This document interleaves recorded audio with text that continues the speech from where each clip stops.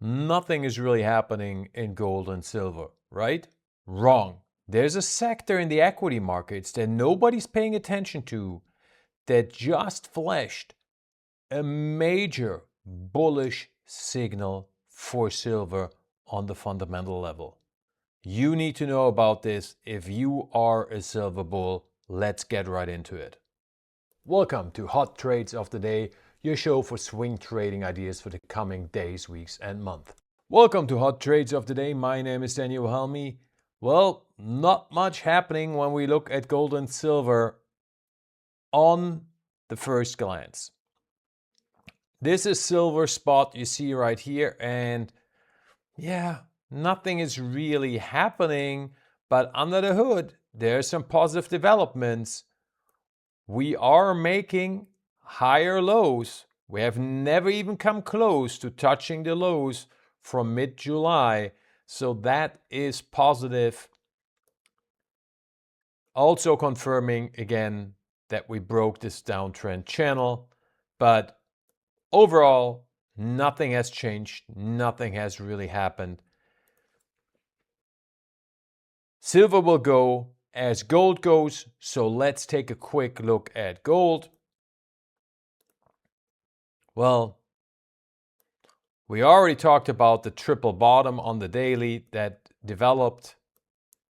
But again, nothing is really completed until we get above the 50-day and 4,215. We are far away from that. So we're basically just going sideways.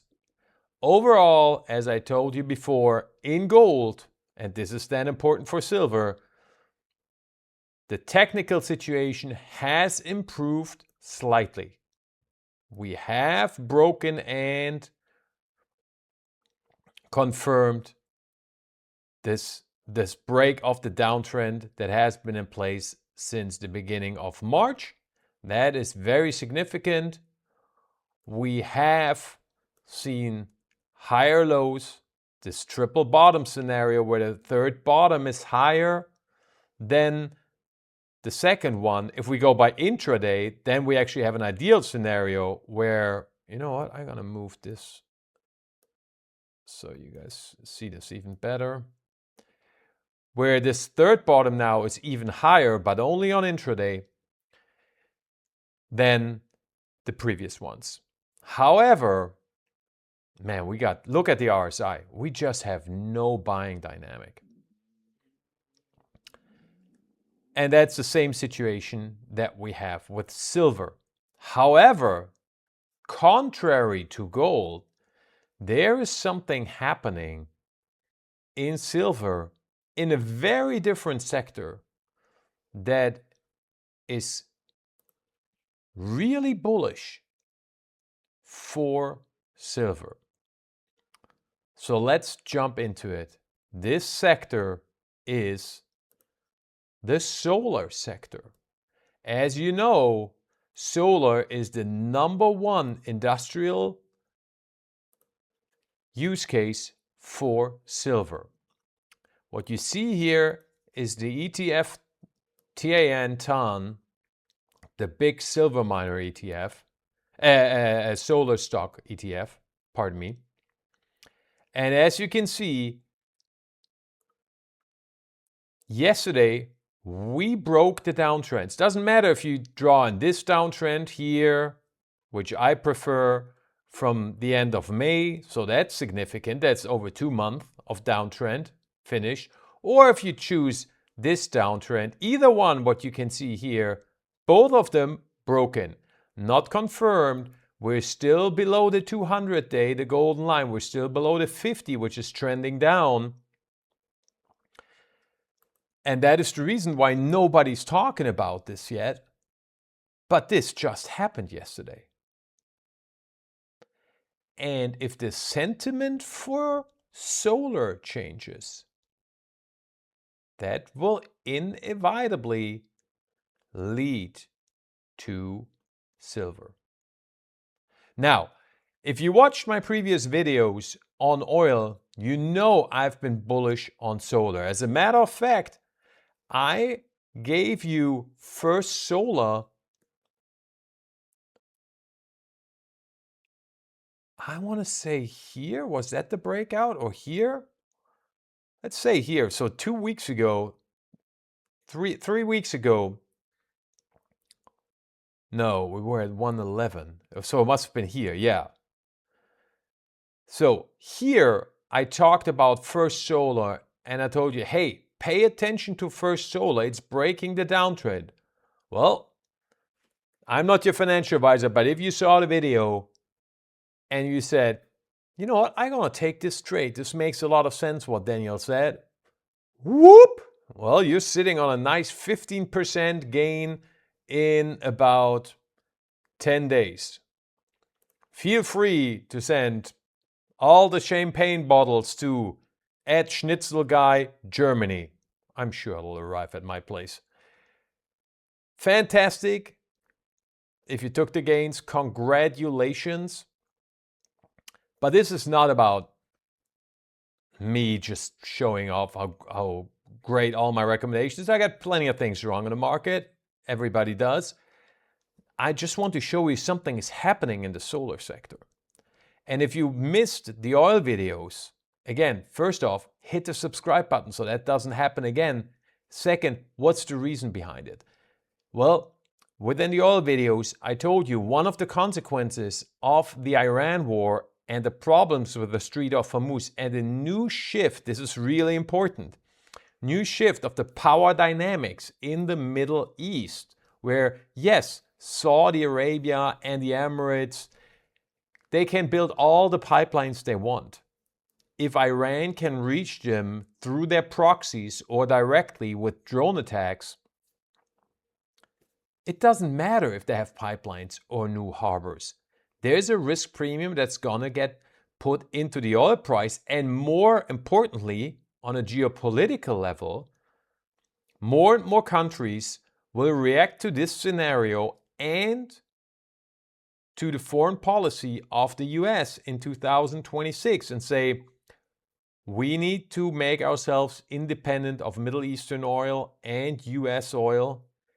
We need to build out our strategic oil reserves or start to build them overall, which will create a new demand. And thirdly, which nobody was talking about for literally month since the war started. And I've talked about it on this channel for, I'm pretty sure, at least 3 months. There's going to be a comeback boom of solar and wind and the renewable energies. Nuclear energy as well, but that's already booming. There's going to be a solar second boom coming, and that is golden for silver. That's kind of weird, but you know what I mean, the way I worded it. So that's a silver, let's put it this way. That's the silver lining for the silver price. There we go. It took the market quite a while to put one and one together, but that's why you're ahead of the market here with hot trades of the day. But it seems like they're starting to get there now. And like I said, this will lead the mainstream investors eventually to the silver story. Now, that alone will not be enough to decouple silver from gold. But if gold stabilizes, don't be surprised if silver starts to outperform. And let's get back to the ton ETF. Now, does that look like good structure to you? Bottoming structure after a like 2.5 month downturn? Not at all. But here's the thing. This is how it always goes with the solar stocks. Let's take last fall. Correction, whoop! Quick V-shaped recovery.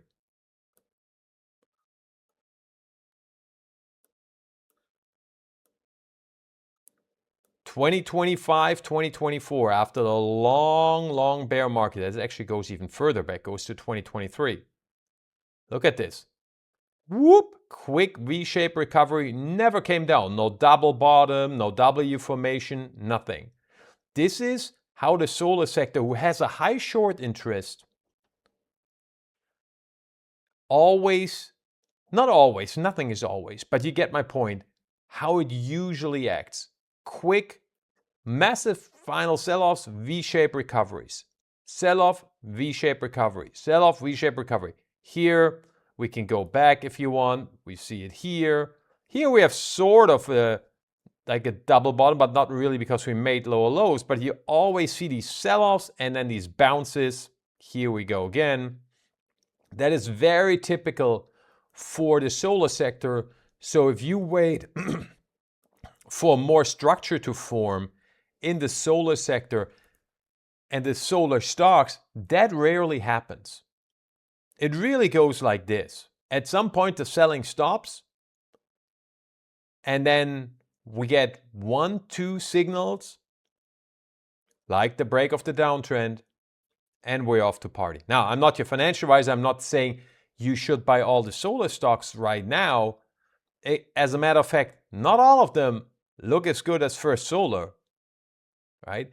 I'm saying keep this on your watch list if you invest in tech and equity and energy.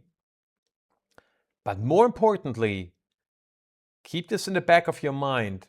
This could be a beginning of a comeback for solar, which has been left for dead since basically the end of May, after it had a really good run, as you can see, in 2025, 2026. Nobody talks about this. Again, how is that possible? Well, because solar is just not the type of sexy story that works for Wall Street. It works more in Europe, where the Europeans are much more pro renewable energies. But we don't care about this. As silver investors, what we care about, and I say this all the time, so let me say this again, what is not important in the market are the facts. What's important is the narrative about the facts. So if the narrative changes, meaning the sentiment for solar starts to get more positive, that is a really, really good signal. That is actually the most important fundamental signal that the market can give us. Obviously outside the chart, but that's the technical part of silver itself. So pay close attention to the solar sector. Something is happening here, and you heard it here first. And that leads me again to a very important point of how do we act as investors? What is our strategy for gold and silver? It's a point that I made in the videos when I was at the Rural Symposium in July, and I was talking about it with some of you that were there and were unlucky enough to meet me face to face. And that is, in this scenario, we don't want to be binary. Look at the silver chart here. Yes, if you saw yesterday's video, I showed you the Wyckoff accumulation phase that is very clear so far in silver, but I also said this final sell-off that we usually get, that undercut, that leads to the springs part of the Wyckoff accumulation. If you don't know what I'm talking about, please go back and watch that video. That doesn't always play out. So we need to be prepared for a scenario as well where we've already seen the lows in silver. All the sellers are out, and we're kind of just building structure right now, which is exactly what we have been doing for the past days. And that's what I've been saying. You want to put some money to work, either in silver or in the mining stocks or in gold or in the gold miners. Not all of it, but some, to honor the possibility that we don't get the undercut and the liquidity grab, that we don't get that final panic sell-off. I still think it's coming, but if we look purely at this chart, we have to acknowledge that basically the last week and a half have been quite constructive for silver. And we need to honor this by adjusting our investments and the percentages of the money that we want to allocate to silver and silver miners accordingly, and don't just sit 100% in cash and then the panic sell-off doesn't happen, the market turns around, and I can tell you exactly what's going to happen. You're going to sit there and you're going to say, well, the mining stocks are all up 10, 15%. I'm not buying right now. I'm waiting till we get another leg down. That's what I've been waiting for the whole time. And everybody will be doing it. And then at some point, this wall is going to start to crack and more people are going to be like, man, I got to jump on board on this. And then we have this market that just grinds higher and grinds higher. And you are left out. And one of the main reasons is because you didn't adjust your investment strategy to the possibilities and probabilities that the chart is telling us. And it's not so much that, let's say you want to put 20 or 25% at work, that's going to make the big difference. It is the mindset that leads to. It leads to an openness where you say, oh wait, okay, so the spring sell-off in the Wyckoff is not coming. Okay, miners are up 5%, 8%, I'm getting in. That is possible because you already put money to work and therefore honoring the possibilities and probabilities that things could go different in the market. And that is what makes all the difference how to profit from this current situation. Again, that's it for today. Keep an eye on the solar sector. This could be really, really interesting what we're seeing there. Have a great day. We'll talk tomorrow. Bye-bye.